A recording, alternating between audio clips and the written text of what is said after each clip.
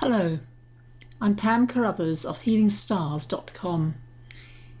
This is the chart, the full moon, 10th of September on Saturday, and it occurred at 10:59 British Summer Time, so virtually 11 a.m. And this chart is extraordinary. It's not just a full moon, it's within 1 minute of the proclamation of our new king, King Charles III. The events of last week have left me, and as I know many others, very tearful, very sad, full of grief. I've known the Queen since I was a little girl, and so this is an incredible moment in my personal life. I am a sun sign Scorpio, and here in this chart you can see there is the South Node in Scorpio. What that means is the eclipses are occurring this year in Scorpio and Taurus. So what you're seeing here, this chart, except for London, so Scorpio is rising, and that of course is the sun sign of our new king, and it's a combination of planets that's known as the mystic rectangle. And what it is it's bringing the sun, here's the moon, are coming together with both Uranus and the North Node and the South Node. And that little dotted line is called a sextile. So it's a very powerful chart. And also, of course, it is a full moon, so always the moon is opposite the sun. And notice this. Here's Neptune. So the moon very, very close to Neptune. And this is a very powerful energy. Neptune is healing, it's grief, it's loss, and very, very sensitive with the moon there, very, very close. We have Chiron, here it is in Aries, in a difficult relationship to that South Node. We have Mercury, only just gone retrograde on Saturday, and it is in a very good relationship, the trine, the flow, to Mars. Mars is in the sign of Gemini, the sign that Mercury belongs in. Now, Mercury retrograde, I have a webinar that I was going to give on Saturday, but I have postponed it. So if you want to sign up for it, it is now next Saturday, and that I'm looking at my calendar, of course, the 17th, 2 p.m. British Summer Time, and I include your chart. It's a very personal webinar. It's not just a one for a big audience. I prefer small groups of people. So notice here, the midheaven, that's the top of the chart, highest point, is in Leo, and it's exactly at a right angle to those nodes of the moon, exactly 16 degrees. And Leo is the sign to do with the king or queen. So of course it is the start of a new era. Venus is in Virgo and Mercury is in Libra. In other words, those two planets, Venus and Mercury, are in each other's signs, and they are connected, though you can't really see it here, in something called a semi-sextile. Very, very weak. However, they are very close together. And I believe that that is also what we're all feeling. Well, not everybody, of course, but huge amounts of people are feeling the loss of the Queen.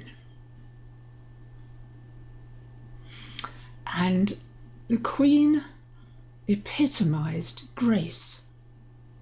She was the ultimate diplomat. Ultimate.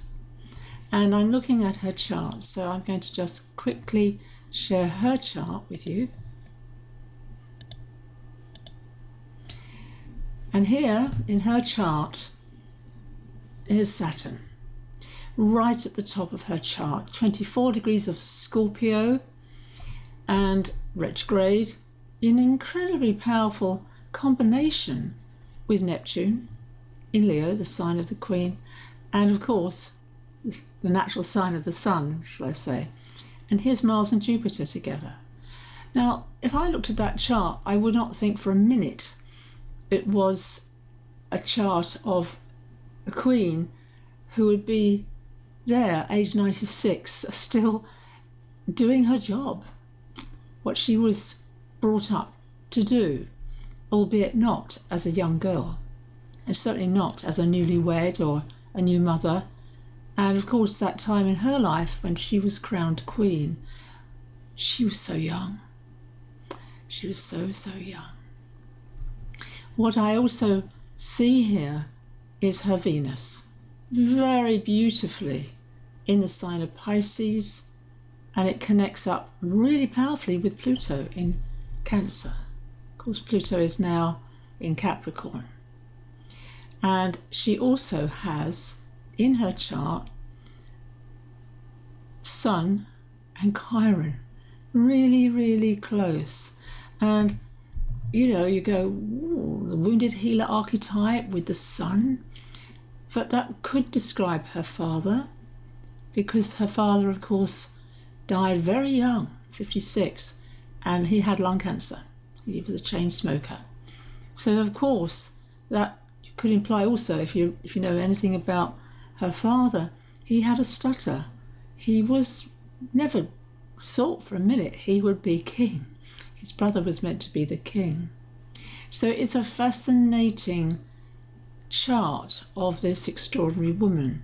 Her humour. Now, in her Western chart, the moon is in Leo. And that, without a doubt, I believe, is humour. Capricorn rising, that's her rising sign over there, can also have a kind of dry sense of humour. And, Mercury, so it's in Aries. However, it's quite close to Uranus. And that can give a gift of genius, a gift of that quick-witted mind. And it's also, if you notice here, she's got a very good chart because of Saturn and Uranus flow together. So she epitomized tradition, Saturn, with a lot of innovation in her life. That's Uranus. And certainly her quotes, her infectious smile that, to me, I've grown up with her, I've noticed so many things in her life which have challenged her, tested her. I'm also going to show you, this is the Queen's Vedic chart.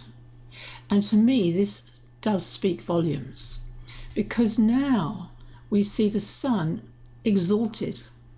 It's absolutely a fantastic sun. It's in the sign of Aries.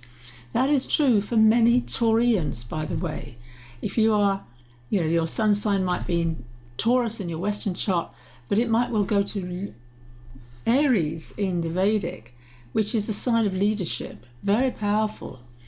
She now is Sagittarius rising. Now that is very positive, optimistic, futuristic. Her Mars is at the exact degree where it is totally exalted in Capricorn there. It's with Jupiter, which is not strong. You go, well, it's not very strong.